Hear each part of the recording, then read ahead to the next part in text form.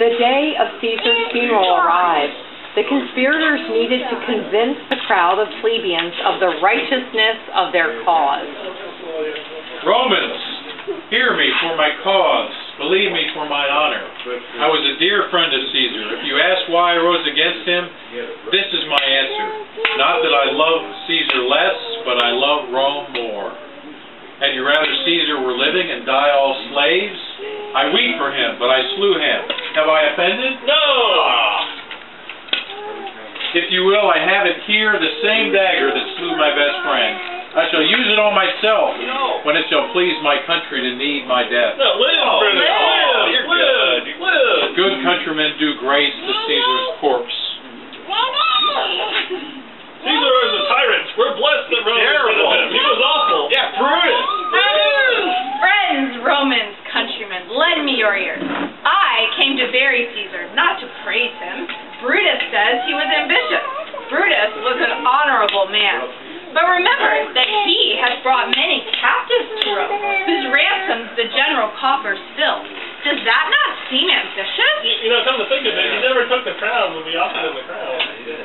I have here a parchment with the seal of Caesar. 'Tis his will. Gather round his body, and I will read it. To every Roman citizen, he gives 75 drachmas. Moreover, he has left all of you his walks and his private orchards. Most noble Caesar! Yeah, You shall revenge his death! We'll set fire to the traitors' houses! Kill Brutus! Kill Brutus!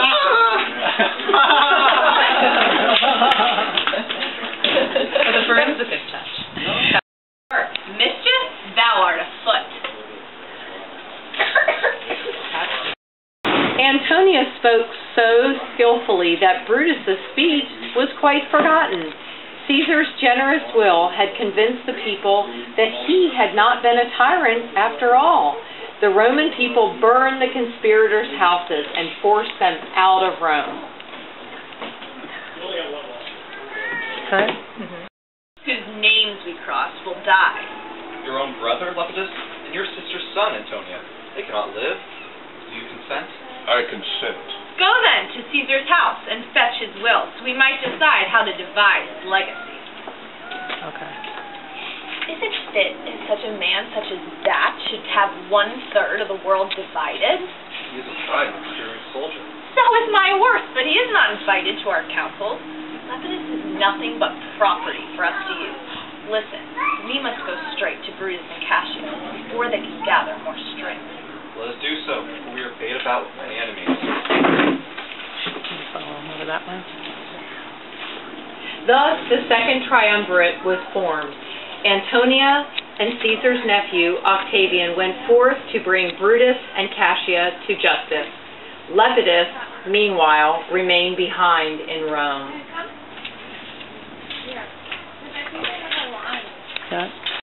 You have wronged me. You have condemned one of my men for taking bribes.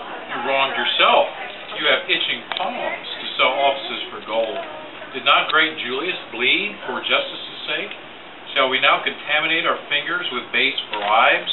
I'd rather be a dog than such a Roman. You forget yourself. I am a soldier, older in practice, abler than you.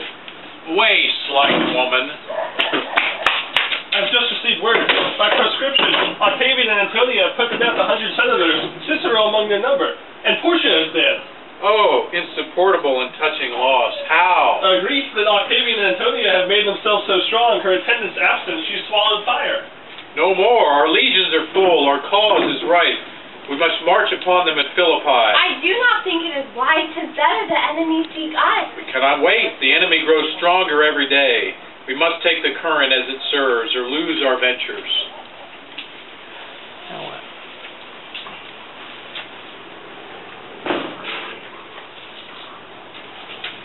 Ha! Who comes there? My evil spirit, Brutus, I come to thee. Thou shalt see me again at Philippi. That sight, it makes my blood cold. I will see him at Philippi. The armies of Octavian and Antonia arrive at Philippi. They are surprised to find that Brutus and Cassia have not fled, but are preparing to meet them in open battle. The four meet under a flag of truce. We should give them a sign of battle. Words before blows? Is it so, countrymen? Not all of us love words more. Look, I draw a sword upon these conspirators, never to go up until Caesar's wounds are well avenged. It was not I born to die at Brutus' sword. You could not die more honorably. A peevish schoolboy joined with a reveler. Villains!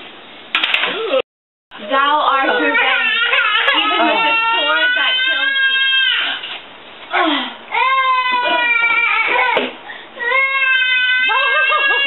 Stop.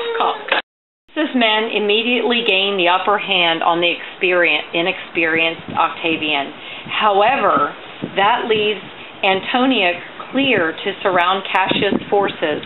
The battle is lost, and she despairs. Now what?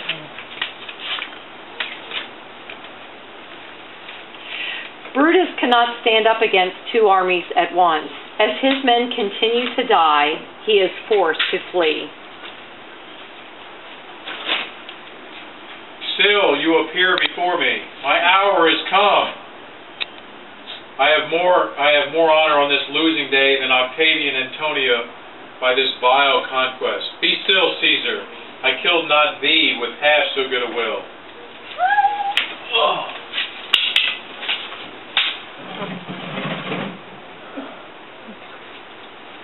Ah, this was the noblest Roman of them all. Alone out of the conspirators, he acted not out of envy, but for the common good. Then let us give him all respects and an honored burial. So ends the tragedy of Julius Caesar.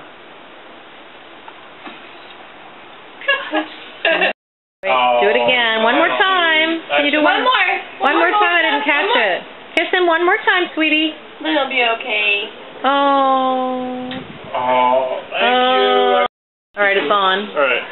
So here we've got my mom as Calpurnia. We have Aunt Marlene in the dual role as the narrator and Portia. And, of course, Uncle Greg as Brutus. Yes. We have Tirza as Brutus's kid.